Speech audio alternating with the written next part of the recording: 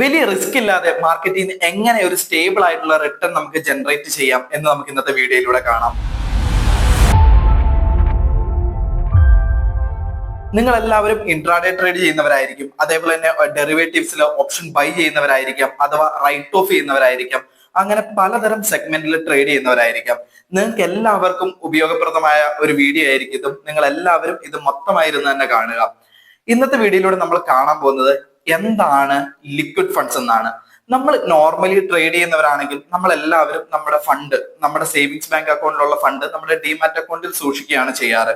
ആ സൂക്ഷിച്ചു വെച്ച ഫണ്ട് ഉപയോഗിച്ചാണ് നമ്മൾ ഓരോ ട്രേഡിലേക്കും നമ്മൾ എൻ്റർ ചെയ്യുന്നത്.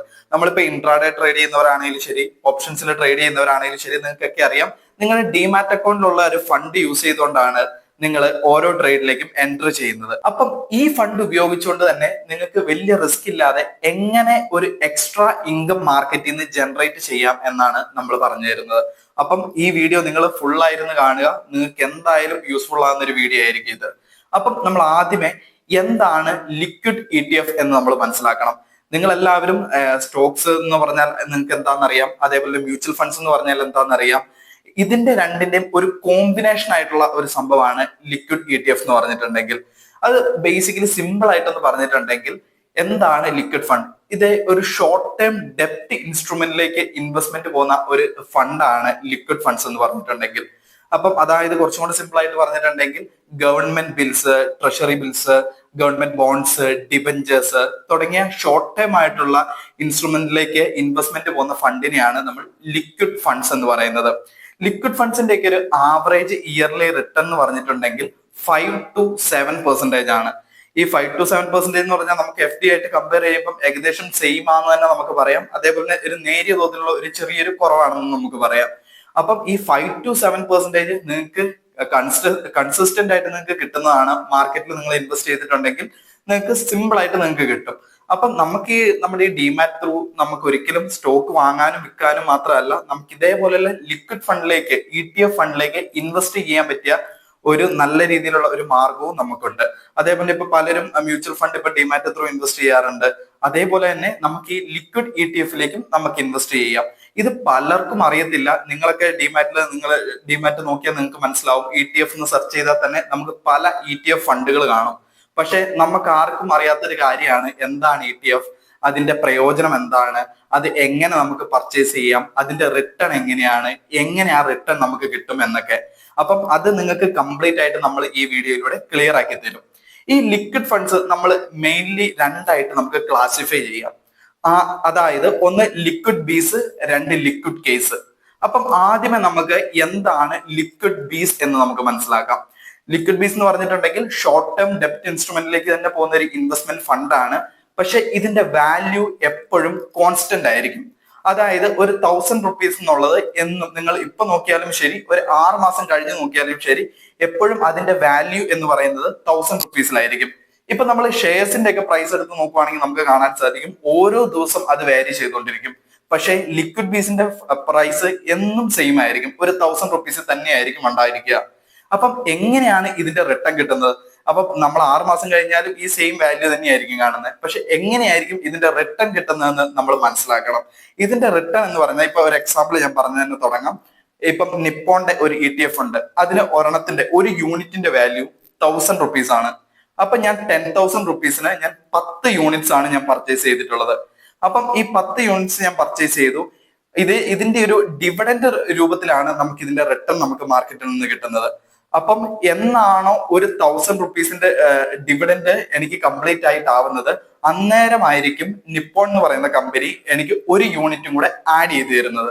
അപ്പം ഇതിന്റെ പ്രൈസ് കൂടത്തില്ല, പക്ഷെ നേരെ മറിച്ച് എപ്പോഴാണോ ഒരു 1000 rupees ആവുന്നത്, അപ്പം എനിക്ക് ഒരു യൂണിറ്റ് അധികമായിട്ട് ലഭിക്കും. അതായത് 10 യൂണിറ്റ് ഞാൻ പർച്ചേസ് ചെയ്തത് എനിക്ക് ഒരു യൂണിറ്റ് അധികമായിട്ട് കിട്ടും. അപ്പം എപ്പോഴാണോ നമുക്ക് 1000 എപ്പോഴാണോ ആവുന്നത്, ആ സമയങ്ങളിലായിരിക്കും നമുക്ക് ഒരു യൂണിറ്റ് അധികമായിട്ട് കിട്ടുന്നത്. അപ്പം ഇത് നമുക്ക് ഇയർലി നമ്മൾ കീപ്പ് ചെയ്തിട്ടുണ്ടെങ്കിൽ നമുക്ക് ഏകദേശം 5 to 7% റിട്ടേൺ അഷ്യൂർഡ് ആയിട്ട് നമുക്ക് മാർക്കറ്റിൽ നിന്ന് നമുക്ക് കിട്ടുന്നതായിരിക്കും. അപ്പം ലിക്വിഡ് ബീസ് എന്താണെന്ന് നിങ്ങൾക്ക് മനസ്സിലായി. ഇനി നമുക്ക് ലിക്വിഡ് കേസ് എന്താണെന്ന് നമുക്ക് മനസ്സിലാക്കാം. ലിക്വിഡ് കേസ് എന്ന് പറഞ്ഞിട്ടുണ്ടെങ്കിൽ ഈ ലിക്വിഡ് ബീസിന്റെ ചില പോരായ്മകളെ മാറ്റിക്കൊണ്ട് നല്ല രീതിയിൽ മാർക്കറ്റിൽ ഇറക്കിയ ഒരു ഫണ്ടാണ്. അതായത് നമുക്കിപ്പോ കാണാം സെറോദയുടെ ലിക്വിഡ് കേസ് ഫണ്ട്. അത് അതിന്റെ യൂണിറ്റ് പ്രൈസ് എന്ന് പറയുന്നത് NAV അടിസ്ഥാനത്തിലാണ്, അതായത് നെറ്റ് അസറ്റ് വാല്യൂ. നിങ്ങൾ മ്യൂച്വൽ ഫണ്ട് ഒക്കെ പർച്ചേസ് ചെയ്തവരാണെങ്കിൽ നിങ്ങൾക്ക് മനസ്സിലാവും, നെറ്റ് അസറ്റ് വാല്യൂയുടെ ബേസിലാണ് നമുക്ക് ഓരോ യൂണിറ്റ് നമ്മൾ പർച്ചേസ് ചെയ്യുന്നത്. ഇപ്പം ഏകദേശം ഒരു യൂണിറ്റിന്റെ പ്രൈസ് 50 രൂപയാണെങ്കിൽ എന്റെ കയ്യിൽ ഇപ്പൊ ഒരു 100 രൂപയുണ്ട്. അപ്പൊ ഞാൻ ഇൻവെസ്റ്റ് ചെയ്താൽ എനിക്ക് 2 യൂണിറ്റ് ആണ് കിട്ടുന്നത്. അപ്പം നമ്മൾ ഈ ഒരു യൂണിറ്റ് പർച്ചേസ് ചെയ്തു. യൂണിറ്റ് പർച്ചേസ് ചെയ്തതിന് ശേഷം നമുക്ക് ഇതിന്റെ വാല്യൂ, നമുക്ക് കിട്ടേണ്ട റിട്ടേൺ നമുക്ക് ഇതിനകത്ത് ആഡ് ചെയ്യുവാണ് ചെയ്യുന്നത്. അപ്പൊ ഞാനിപ്പോ 50 രൂപയ്ക്ക് എനിക്ക് പറഞ്ഞ ഒരു യൂണിറ്റ് കിട്ടി, അത് 50.5, 50.10 അങ്ങനെ ഓരോ ദിവസവും ചെറിയ രീതിയിൽ കയറിക്കൊണ്ടായിരിക്കും വരുന്നത്.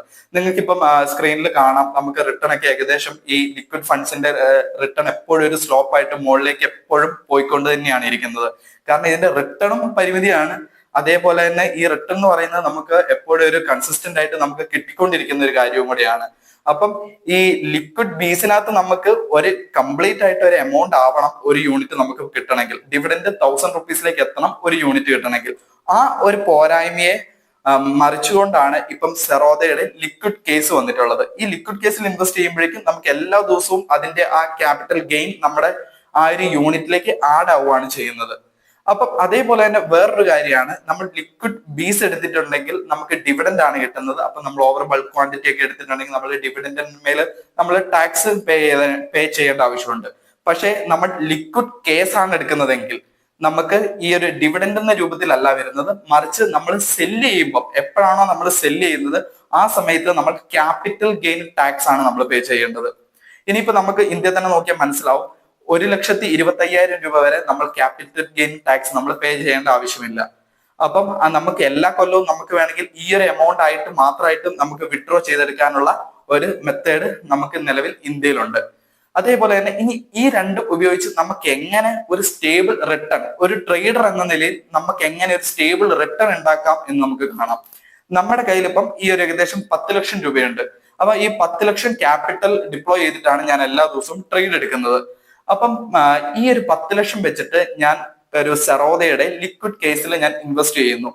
അതിനുശേഷം ഈ 10 ലാക്സ് ഞാൻ പ്ലെഡ്ജ് ചെയ്തതിനു ശേഷം എനിക്ക് ഏകദേശം 9.50,000 രൂപ, 9.5 ലാക്സ് എനിക്ക് പ്ലെഡ്ജ് എമൗണ്ട് ആയിട്ട് കിട്ടുന്നു. അതൊരു ക്യാഷ് ഇക്വലന്റ് കൊളാട്രൽ ആയിട്ട് എന്റെ ഡിമാറ്റ് അക്കൗണ്ടിൽ തന്നെ നമുക്ക് കാണാൻ സാധിക്കും. അപ്പൊ കാരണം ഏകദേശം നോക്കുവാണെങ്കിൽ ഒരു 5% ഒക്കെ ഒരു ഹെയർ കട്ട് മാത്രമേ ഉള്ളൂ നമ്മൾ ഈ ലിക്വിഡ് ഫണ്ട്സ് പ്ലെഡ്ജ് ചെയ്താൽ നമുക്ക് ആവുന്നുള്ളൂ. പക്ഷെ നേരെ മറിച്ച് നമ്മൾ സ്റ്റോക്സ് ഒക്കെ നമ്മൾ പ്ലെഡ്ജ് ചെയ്തിട്ടുണ്ടെങ്കിൽ ഏകദേശം 40%, 50%ഓളം ചില സാഹചര്യങ്ങളിൽ വരുന്നുണ്ട്. പക്ഷെ ഈ ലിക്വിഡ് ഫണ്ട്സിന് അങ്ങനെ യാതൊരുവിധ പ്രശ്നവും ഇല്ല, 5% ഹെയർ കട്ട് മാത്രമേ വരുന്നുള്ളൂ. അപ്പം ഈ ഒരു 9.5 ലക്ഷം രൂപ എനിക്ക് യൂസ് ചെയ്തുകൊണ്ട് എനിക്ക് എന്റെ ട്രേഡും നടത്താം. അപ്പം ട്രേഡിൽ നിന്നുള്ള ക്യാപിറ്റലും എനിക്ക് കിട്ടുന്നു. അതിനുശേഷം ഇയർലി എനിക്കൊരു 5 to 7% എക്സ്ട്രാ ഇൻകവും കൂടെ ലഭിക്കുന്നു. ഇനിയിപ്പോ നമ്മൾ ഇന്നത്തെ ദിവസം ഞാൻ ട്രേഡ് ചെയ്യുന്നു, ഇന്നൊരു പൊസിഷൻ എടുക്കുന്നു, ഞാൻ വൈകുന്നേരത്തിനുള്ളിൽ തന്നെ ക്ലോസ് ചെയ്തു. അപ്പൊ ഈ പ്ലെഡ്ജ് എമൗണ്ട് യൂസ് ചെയ്തുകൊണ്ട് ഞാനൊരു ട്രേഡ് എടുത്തെങ്കിലും 1 രൂപ പോലും ചാർജ് വരുന്നില്ല. അതാണ് ഇതിന്റെ ഏറ്റവും വലിയൊരു കാര്യം. ഇനി അതേപോലെ തന്നെ ഞാൻ ഒരു ഓപ്ഷൻ ബൈ ചെയ്തു, അതേപോലെ തന്നെ ഓപ്ഷൻ റൈറ്റ് ഓഫ് ചെയ്തു, ദാറ്റ് മീൻസ് സെൽ ഓഫ് ചെയ്തു, എങ്കിൽ പോലും എനിക്ക് 1 രൂപ പോലും ചാർജ് വരുന്നില്ല. നിങ്ങൾ ഒറ്റ കാര്യം ചെയ്താൽ മതി, ഇന്ന് ട്രേഡ് എടുത്താൽ ഇന്ന് വൈകുന്നേരത്തിനുള്ളിൽ തന്നെ നിങ്ങൾ ക്ലോസ് ചെയ്യുക. ഇനി അതല്ല, നിങ്ങൾ ക്ലോസ് ചെയ്യാൻ പറ്റിയില്ല, നിങ്ങൾ BTST ട്രേഡ് ആണ് എടുക്കുന്നതെങ്കിലും ശരി, ഇനി ഒരു ഷോർട്ട് ടൈമിലേക്ക് ഒരു സ്വിംഗ് ട്രേഡ് എടുക്കുന്നതാണേലും ശരി, നിങ്ങൾ എത്ര ദിവസം നിങ്ങൾ കീപ്പ് ചെയ്യുന്നോ 0.03 ഒരു പെർസെന്റേജ് ഉണ്ടാവും. ആ ഒരു പെർസെന്റേജ് നിങ്ങൾ ബ്രോക്കറിലേക്ക് നിങ്ങൾ കൊടുക്കേണ്ടതായിട്ട് വരും. ഇയർലി ഏകദേശം നോക്കാൻ നേരത്തെ ഏകദേശം 16 to 18% ഒക്കെയാണ് MTFന്റെ ചാർജ് വരുന്നത്. പക്ഷെ നിങ്ങളത് ഓരോ ദിവസം എടുത്തു, അന്നത്തെ ദിവസം തന്നെ നിങ്ങൾ ക്ലോസ് ചെയ്തിട്ടുണ്ടെങ്കിൽ നിങ്ങൾക്ക് ഒരു ചാർജും വരുന്നതായിരിക്കില്ല. അപ്പൊ നിങ്ങൾക്ക് എന്താണ് ഇതിന്റെ ബെനിഫിറ്റ്?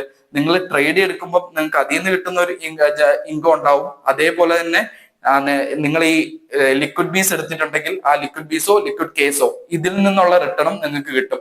അപ്പം ബോണസ് ഒരു 5 to 7% നിങ്ങൾക്ക് മാർക്കറ്റിൽ നിങ്ങൾക്ക് ലഭിക്കുന്നതായിരിക്കും. ഇനി നിങ്ങൾ നല്ലൊരു ലിക്വിഡ് ഫണ്ട്സ് ആണ് നോക്കുന്നതെങ്കിൽ നമുക്ക് കാണാൻ സാധിക്കും, നല്ലൊരു ലിക്വിഡ് ബീസ് ആയിട്ട് നിപ്പോൺ ലിക്വിഡ് ETF ഫണ്ട് ആണ് നമുക്ക് കാണാൻ സാധിക്കുന്നത്. അതേപോലെ തന്നെ ലിക്വിഡ് കേസിൽ നല്ലൊരു ഫണ്ട് നോക്കുവാണെങ്കിൽ നമുക്ക് കാണാൻ സാധിക്കും സെറോദ ലിക്വിഡ് കേസും ഫണ്ടാണ് നമുക്ക് നല്ല രീതിയിൽ പെർഫോം ചെയ്യുന്ന ഒരു ഫണ്ടായിട്ട് നമുക്ക് കാണാൻ സാധിക്കുന്നത്. അപ്പൊ നിങ്ങളൊക്കെ ട്രേഡ് ചെയ്യുന്നവരാണെങ്കിൽ നിങ്ങൾ ക്യാപിറ്റൽ നിങ്ങൾ ഇങ്ങനെ ഒരു എമൗണ്ടിൽ നിങ്ങൾ പ്ലെഡ്ജ് ചെയ്യുക, ആ പ്ലെഡ്ജ് എമൗണ്ട് യൂസ് ചെയ്ത് നിങ്ങൾ ട്രേഡ് ചെയ്യുക. നിങ്ങൾക്ക് നല്ല രീതിയിലുള്ള റിട്ടേൺ മാർക്കറ്റിൽ നിന്ന് ജനറേറ്റ് ചെയ്യാൻ പറ്റും. നിങ്ങൾക്ക് ഇതിനെപ്പറ്റി എന്തെങ്കിലും ഡൗട്ട്സ് ഉണ്ടെങ്കിൽ നിങ്ങൾക്ക് കമന്റ് ചോദിക്കാവുന്നതാണ്. നിങ്ങളുടെ ഏത് ഡൗട്ടും നമ്മൾ ക്ലിയർ ചെയ്ത് തരുന്നതായിരിക്കും. അപ്പം ഈ ഒരു മെത്തേഡ് യൂസ് ചെയ്ത് നിങ്ങൾ ട്രേഡ് ചെയ്യുക, നല്ല രീതിയിലുള്ള ഒരു പ്രോഫിറ്റ് ഇയർലി ജനറേറ്റ് ചെയ്യുക. That's all. Signing off, Joppy Markose.